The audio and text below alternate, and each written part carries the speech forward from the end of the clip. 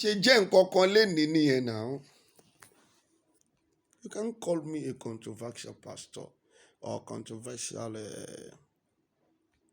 prophet or whosoever you call. I'm just saying the truth. Òtítọ́ ni mò ń sọ fún ẹ. Kì í ṣe pé mi kì í ṣe ẹlẹ́ṣẹ̀. Ẹlẹ́ṣẹ̀ ni mi ò pera mi pé mo holy láyé mi rí. Ọlọ́run gbọ́, mi ò holy rárá. Bàbá ńlá ẹlẹ́ṣẹ̀ mi. Ṣùgbọ́n tó bá ń sọ nípa òtítọ́, pé ká sọ òtítọ́. Òtítọ́ ò jìnnà sẹ́nu mi, ojoojúmọ́ ni. Tí n bá sọ̀rọ̀ fún ẹ, lọ wo dáadáa, òtítọ́ ni. Mi ò wá sọ bí láàrin ohun tá a jọ sọ, ó wá dà mí ó tán. Tó bá ti dà mí, èmi náà máa yọ̀wọ̀ ẹ sẹ́yìn nínà. Èèyàn lè dà mí kí n wá tún máa tẹ̀lé, ṣó possible?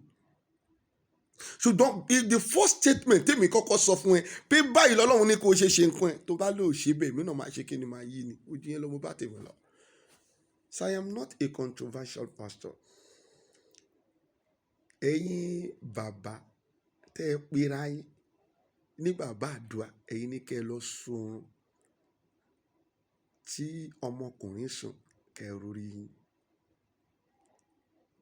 Torí obìnrin ó ń bọ̀ láti UK, ẹ wá lọ tò sí airport nítorí owó tó gbé lé yín lọ́wọ́. Owó yàtọ̀ sí ìpè. Owó ó yàtọ̀ sí ìpè. Ẹ̀yin bàbá yẹn jẹ́ kó yé wọn. Owó yàtọ̀ sí ìpè. Ìpè làwa ń gbé kiri. Ọlọ́run dẹ̀ tún ṣàánú wa fún owó. Níwọ̀n bàtà ni ọkàn wa balẹ̀. Ẹ lọ gbàgbé ẹ. Wọ́n tó bá ní o ní ìpè tí Ọlọ́run tó ní tó rí owó, ò ní ìpè nìyẹn. Tó bá ti ní ìpè, o gbọ́dọ̀ ní owó tó máa fi move ara ẹ. Níwọ̀n bá nǹkan tágbára ẹ ká tí yẹ̀yẹ́ ò ní fi jáde síta láti lọ máa kúnlẹ̀ síwájú obìnrin lásán wípé kọjọ kó ṣàánú ẹ. O fẹ́ kan páànù ṣọ́ọ̀ṣì ẹ, o fẹ́ ra igi sí ṣọ́ọ̀ṣì ẹ, obìnrin lásán. Máa kúnlẹ̀ síwájú wọn. Ìpè ẹ bá tó ìpè ẹ gangan bá tó bá jẹ́ pé ìpè tó jiná ni.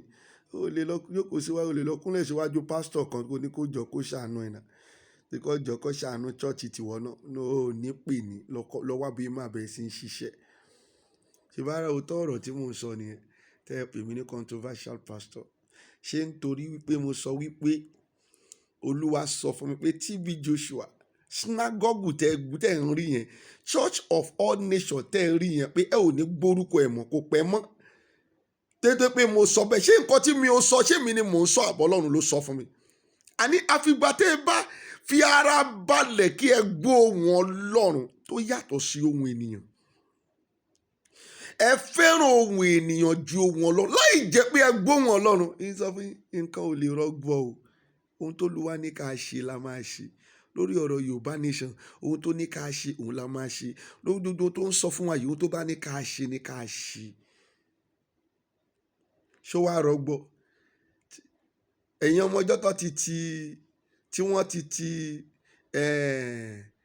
kí ló ti ń porúkọ ẹ̀ synagogue pa láàrin bí oṣù mẹ́ta ń ṣe lot of problems kó dé lè settle nítorí pé ohun tó Olúwa sọ fáwa nìyẹn. A dẹ̀ ń sọ reasons táwọn nǹkan yìí fi ṣẹlẹ̀ kó má padà kí àwọn tó tún wà tó jẹ́ pé bírú tiẹ̀ kó má padà end ìgbésí ayé wọn bẹ́ẹ̀. A dẹ̀ ń sọ àwọn reasons yìí fún wọn kẹ́wọn náà má padà lọ end life wọn bẹ́ẹ̀.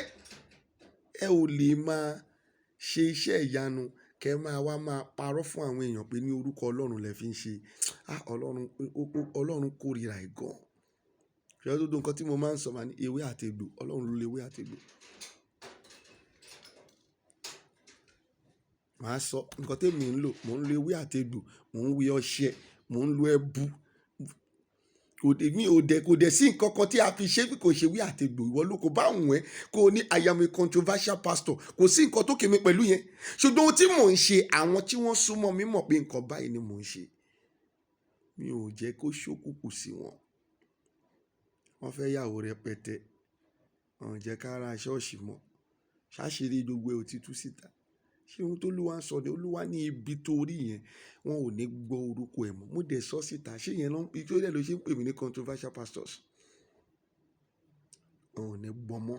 Tó pé ọ̀tá tó ti dìde lórí ọ̀rọ̀ ọ̀tá within ọ̀tá tó wà nínú church gangan tó ti dìde lórí ọ̀rọ̀ TB Joshua nítorí ọ̀rọ̀ pé ìyàwó ẹ̀ fẹ́ gba church gan fún rẹ̀, ọ̀tá yẹn ti lé ní 1000 tọ́dẹ̀ ní láti fọ́ọ̀lù church yẹn. So báwo ni àsọtẹ́lẹ̀ ò ṣe níṣẹ́? Talk to me. Ṣé mo sọ níjọ́ Sunday nínú sáfìsì mi, bó bí TB Joshua bá preach fún ẹ wà láì, you will change. Tó pé Ọlọ́run ó ní ẹ̀bùn yẹn, ṣùgbọ́n ohun tó fi fọ́ gbogbo ẹ̀ ni wípé sẹ́ ẹ̀ ń ṣe miracle, ẹ̀ ń ṣe pẹ̀lú agbára mìíràn, ẹ̀ dẹ̀ ń sọ wípé ní orúkọ Olúwa lẹ fi ń ṣe. No, ibi tó fi fọ́ gbogbo ẹ̀ jẹ́ nìyẹn. So àti àwọn miracle fake àti àwọn prophecy fake kí ló máa bọ́rù àwọn èèyàn láti máa sọ àsọtẹ́lẹ̀, gbogbo tó fi fọ́ gbogbo ẹ̀ ni kò tó yẹn. Ohun tó Olúwa rán wa ni pé ká wá sọ òtítọ́, kò díkẹ́ ní ká wá máa parọ́ fẹ́nikẹ́ni náà.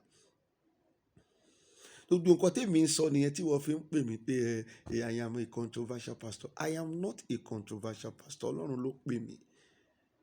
Bàbá ìwọ ló pè mí o, pé kémi máa bọ̀ mo dé, má jẹ́ kógun ayé pa kádàrá mi dà. Òun ló pè mí. Tó bá jókòó, tó bá gbọ́ gbogbo messages tí mò ń sọ jáde, wàá rí pé mi ò fi kan pè kan. Olúwa nǹkan tó rán mi lèmi wá ń sọ. Tí n bá dẹ̀ sọ sílẹ̀, wàláì mi ò ń tẹ́ lórí ẹ̀ nítorí tó pé mo jẹ́ kó tún máa tún béèrè lọ́wọ́ Olúwa ṣé o ní kí n sọ? Á ní ó yá. Ó mọ gbogbo ìgbà tí Dávìdì máa ń béèrè lọ́wọ́ ẹ̀ Olúwa pé ṣé kí n lọ? Olúwa bá ní kó lọ, máa ṣẹ́gun. Bọ́rọ̀ tèmi ṣe rí ni àkàndá là wà. Mi ò bẹ́ ẹnikẹ́ni jà, òtítọ́ ọ̀rọ̀ lèmi sọ kí ẹ lè yí padà kúrò nínú ẹ̀ṣẹ̀ yín. Ṣẹ́ni tó jẹ́ kó tú ọ̀run ẹ̀ ṣe, tó jẹ́ kó tún ọ̀run ẹ̀ ṣe, tó sì ń ba ayé jẹ́, tá dẹ̀ sọ fún pé tú ọ̀run ẹ̀ ṣe.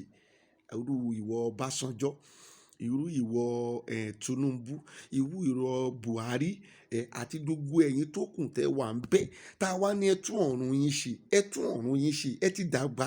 Ohun tó dẹ̀kù ni pé kẹ́ tú ọ̀run yín ṣe, kẹ́ tún ayé ṣe. Tá dẹ̀ ń sọ fún yín, téèyàn kan wá ti torí ẹ̀ ń pè wá pé we are a controversial person. Ṣé ohun tí àwọn èèyàn yẹn ń ṣe, ṣé ohun tó dáa ni? Don't let them deceive you. They pretended as if they love Nigeria. Látọ̀ rẹ̀, àwọn náà kàn ń dúró de táìmù wọn ni, kó fi débẹ̀, kó fi kó nǹkan tó fẹ́ kó jẹ.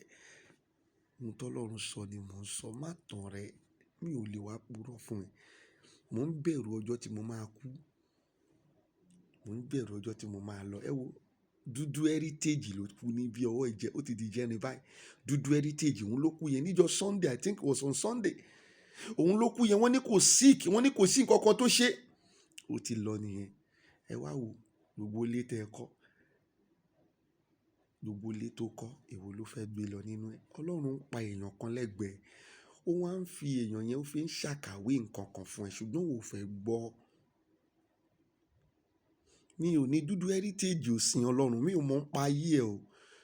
Mi ò dẹ̀ wá bíbà yìí láti wá bú Dúdú Heritage, ṣùgbọ́n mo kàn gbé jáde láti lè jẹ́ kó rí pé owó tó ń lé, Dúdú Heritage ní owó, ó ní ọlá, ó ní ipò, ó ní gbogbo nǹkan nínú ayé yìí. Ó mọ CID, ó mọ Commissioner of Police.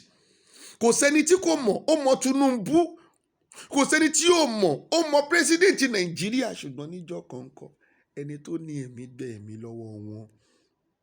Mi ò sọ pé Dúdú Heritage ò dá o, mi ò dẹ̀ bú ń bí o. Tó pé gbogbo ẹ̀yin tí ẹ̀yin oníròyìn olórí burúkú tẹ́ kọ̀ máa dédé kọ́ọ̀tì bí kan ṣoṣo báyìí tẹ́ máa gbé síta.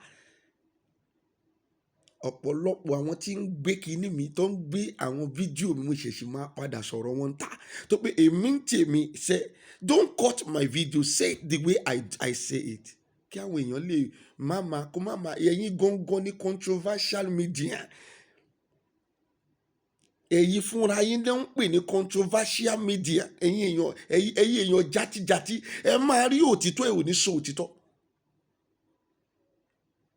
So therefore, gbogbo mọ́tò tó ní, gbogbo ilé tí Dúdú Heritage ní, gbogbo owó tó ní pátápátá, ẹ béèrè lọ́wọ́ ẹ̀, ṣé wọ́n lè kó gbogbo ẹ̀ lọ? Ọlọ́run ń pa èèyàn lẹ́gbẹ̀ẹ́ wa. Ìdí tó dẹ̀ ṣe ń pa wọ́n náà ni wípé ó fi ń wọ̀n wá káwa náà lè tètè adjust ìgbésí ayé wa. Ilé tó pààyàn láti kọ́, mọ́tò tó pààyàn láti rà, nítorí bísínẹ́sì yẹn tó pààyàn láti lè jẹ́ kí bísínẹ́sì yẹn dúró. Ó mọ̀ wípé ní ọjọ́ tí ẹni tó ní ẹ̀mí bá máa gba ẹ̀mí yẹn lọ́wọ́ ẹ̀, ìwọ àbí ó bá máa gbẹ̀mí yẹn lọ́wọ́ mi, kò sí kankan nú ẹ̀ tá máa kó lọ. Mo sọ fún wọn nínú sáfíìsì lánàá wípé ohun kan wọ́n ló ń parọ́, church pastor 419 ni wọ́n, pastor fake ni wọ́n, pastor no, ohun kan ṣoṣo má jẹ́ kó tàn ẹ́. Ohun tó lóòfẹ́ ṣe yẹn náà ló ṣe máa ṣe. Tó ò bá padà ṣe ó máa jẹ̀bi ní ìjọba Ọlọ́run ṣe. Kì í ṣe ilé tó kọ́ láyé ló má tàsẹ̀. Kì í ṣe mọ́tò tó rà. Òun ni mo ṣe sọ̀rọ̀ dúdú heritage yẹn. Kì í ṣe mọ́tò tó rà ló má tà. Kì í ṣe iye èèyàn tó mọ̀ láyé yìí ló má tà. Ohun tó má tà sí ẹni wípé tó o bá ti kú, ohun tó máa sọ nípa ẹ ní gbogbo ohun tó ṣe sínú church fún Ọlọ́run. Ibi kan tó ti lè ṣe nǹkan fún Ọlọ́run náà nínú church àbí nínú mọ́ṣáláṣí, ibẹ̀ nìkan ló ti lè ṣe nǹkan fún Ọlọ́run. Tó bá ní kọ́ ilé lọ́run, ohun tó ń kọ́ òun ni pé inú church àbí inú mọ́ṣáláṣí, ibẹ̀ nìkan ló ti lè ṣe nǹkan fún Ọlọ́run. Tó bá rí church tó fẹ́ bàjẹ́, bá wọn kọ́. Àwọn pastor yóò mọ̀ dí tèmi ṣe ń bá wọn jà from the beginning. Wọn ò jẹ́ kẹ́ ẹ tọ́jú àwọn ṣọ́ọ̀ṣì kékeré tọ́lọ́run pè gangan. Wọn ò jẹ́ kẹ́ ẹ tọ́jú wọn láti gbé wọn dìde. Ọ̀dọ̀ tí wọ́n nìkan ni wọ́n roko sí. Wọ́n preach against those church that they are not from God. Ó mọ̀ pé ìdí tèmi ṣe ti bẹ̀rẹ̀ sí pé orúkọ wọn, tí àwọn ibi tọ́lọ́run ti la ojú mi láti bẹ̀rẹ̀ nìyẹn tí mo fi ń orúkọ wọn. Ibi tó jẹ́ kẹ́ ẹ lọ ṣe nìyẹn. Ẹ̀rí churches kan a ní organ tí kì í ṣe 100 organ tó tún máa tún store sínú barn wọn àbí nínú store wọn. Wọ́n máa store síbẹ̀, wọ́n ò lò. Ẹ̀dẹ̀ sì tún máa lọ máa ta wọ́n lọ́rẹ organ. Ẹ̀dẹ̀ máa rí churches kan nínú àdúgbò yín tẹ̀ ń gbà kọjá tí kò tiẹ̀ ní organ tó lè fi yin Ọlọ́run, tó lè fi sin Ọlọ́run. Ẹ ò ní ṣe nǹkan kan síbẹ̀. Ó mọ̀ wípé ibẹ̀ gangan lọ́lọ́run rán ẹ sí. Àwọn yẹn ti wà up to, wọ́n ti débi tí wọ́n ń lọ. Àwọn tó wà nílẹ̀ tọ́lọ́run ń pè tí wọn ò tí ì dìde yìí, nǹkan báwo lè fẹ́ ṣe. Mo ń sọ tòótọ́ fún ẹ. Àìmọye àwọn tó ti ràn wá lọ́wọ́. Àwọn bàbá yẹn náà lè máa wo mi. Èyí tó ra organ fún wọn rà, èyí tó ra jìtá fún wọn ra jìtá, èyí tó ra engine fún wọn rà. Kì í ṣe nítorí nǹkan kan ló ṣe rà. Òun kọ́ ilé ẹ̀ ní ọ̀run ni. Mi ò ní kó fún mi lówó, mi kì í ṣe alágbe. Mi ò dẹ̀ ní wá síta láyé. Even nínú church tí mo wà gan, mi ò bèèyàn lówó rí. Gbogbo bá a ṣe ibi tó rí yẹn, mi ò ní káwọn èèyàn fún mi lówó. Mi ò pé ó yá ìdílé yìí 100,000 ní gbogbo yín máa san. Ìdílé mo ń ṣe nǹkan mi bọ́lọ́run ṣe rán mi. Mi ń ṣe alágbe. Ìwọ náà jókòó. Ṣé nítorí pé mo sọ wípé gbogbo ṣọ́ọ̀ṣì tí wọ́n ń store àkáǹtì wọn lórí íńtánẹ́ẹ̀tì, tí wọ́n ń store àkáǹtì wọn lórí mídíà wọn, tí wọ́n ń store àkáǹtì wọn lórí TV wọn, alágbe ni wọ́n. Ṣé nítorí ẹ̀ ló ṣe pè mí ní controversial pastor? Alágbe ni wọ́n náà. Ìwọ gbọ́ pé Jésù jẹ́ alágbe ni. Jésù kì í ṣe alágbe. Bàbá mi kì í tọrọ owó lọ́wọ́ èèyàn. Ìwọ ló máa rí pé ẹ̀tọ́ ẹ̀ ni kò fún Ọlọ́run. Níbi tí ẹ̀yin ti ń tọrọ owó yẹn lọ ti ń pè ní 419 pastor, ibi tí wọ́n ti dorí ìgbàgbọ́, tí wọ́n ti dorí ẹ̀kọ́dọ̀. You don't need to beg. They must know that it is their right láti kọ́ ilé fún Ọlọ́run. Kì í ṣe ilé tí wọ́n ní láyé. Nítorí pé ilé tí wọ́n ní láyé wọ́n máa bẹ̀rẹ̀ sí ń jà lórí ẹ̀ báyìí sí. Wọ́n sọ nípa ti fídíò Joshua. Ṣé wọn ò ti bẹ̀rẹ̀ sí ń jà lórí ilé tí wọ́n ní láyé? Wọn ò ti bẹ̀rẹ̀ sí ń ba orúkọ ẹ̀jẹ̀ lórí ilé tí wọ́n ní láyé. Gbogbo nǹkan tó ní láyé wọn ò ti bẹ̀rẹ̀ sí ń bá dójú ẹ̀jẹ̀. Wọn ò ti bẹ̀rẹ̀ sí ń dorí ẹ̀kodò. Wọ́n bẹ̀rẹ̀ sí ń bàjẹ́. Ṣùgbọ́n èyí tó kọ́ sí ọ̀run, organ tó rà fún Ọlọ́run yẹn, microphone tó ń rà fún Ọlọ́run yẹn, ilé Ọlọ́run tó kọ̀ ń wọ̀ tó kọ̀ ní iye ẹgbà, ẹ máa fi yí ra epo ní gbogbo ọ̀sẹ̀ láti máa fi yan Ọlọ́run. Ohun gangan ló máa sọ̀rọ̀ fún ẹ lọ́run. Wàláì, mo fi ayé àti ọ̀run búra ẹ̀. Ẹnikẹ́ni tó bá lòdì sóhun tí mo ń sọ yẹ, ọ̀tá Ọlọ́run ni. Iṣẹ́ gbogbo ohun tó ń kàn kó jọ, àwọn pangolo tó ń kó jọ, tó máa bẹ̀rẹ̀ sí ń jàlé lórí. Wàá ríran wò. Bó ṣe gbọ́dọ̀ ṣe rí nìyẹn. O kọ́lé, wọ́n á jàlé lórí. Bẹ́ẹ̀ bí ẹ ò dìde, ìyàwó ẹ á dìde. O ra lẹ̀, wọ́n máa jàlé lórí. Tó bá ti kú tán, kò sí wọ́n fẹ́ ṣe. Onímọ́tò rẹpẹtẹ, onílé iṣẹ́, olówó nínú àjàlé lórí níjọ́ kan. Ohun tó Olúwa ní kí n bẹ́ẹ̀ sọ ni kò gbọ́. Mi kì í ṣe controversial pastor. Mi kì í ṣe controversial prophet. òtítọ́ ni mò ń sọ. Lótìtọ́ lẹ̀mí wà o, lótìtọ́ lẹ̀mí wà o. Ká mú tirọ́ kúrò, ká mú tẹ̀gàn kúrò nílé ayé. Lótìtọ́ lẹ̀mí wà o, lótìtọ́ lẹ̀mí wà o. À ń sọ fún ẹ tún lé ayé ṣe. Irú Tinubu yẹn, ohun tí a kò ní lọ́dọ̀ ẹ̀, tá a nílò, tá a ń retí gẹ́gẹ́ bí ọmọ Yorùbá. Irú Ọbásanjọ́, ohun tá a ń retí lọ́dọ̀ ẹ̀ gẹ́gẹ́ bí àwọn ọmọ Yorùbá. Gbogbo àwọn èèyàn jankan-jankan, irú Fẹ́mi Fálànà, àwọn èèyàn jankan-jankan, ó tá à ń retí ni pé kẹ́ ẹ tún lé ayé ṣe. Bí tẹ́ ẹ bá lóhun tẹ́ ẹ bá ṣe la máa sọ. Ìwọ rí tí mo bú Fẹlá rí ni. Lọ́wọ́ gbogbo ayé Fẹlá pátápátá. Irú òtítọ́ tí mò ń fẹnu mi yìí sọ yìí ni Fẹlá máa ń sọ ní gbogbo ìgbà. Fẹlá ò sí nídìí ìkà, òtítọ́ ló máa ń sọ.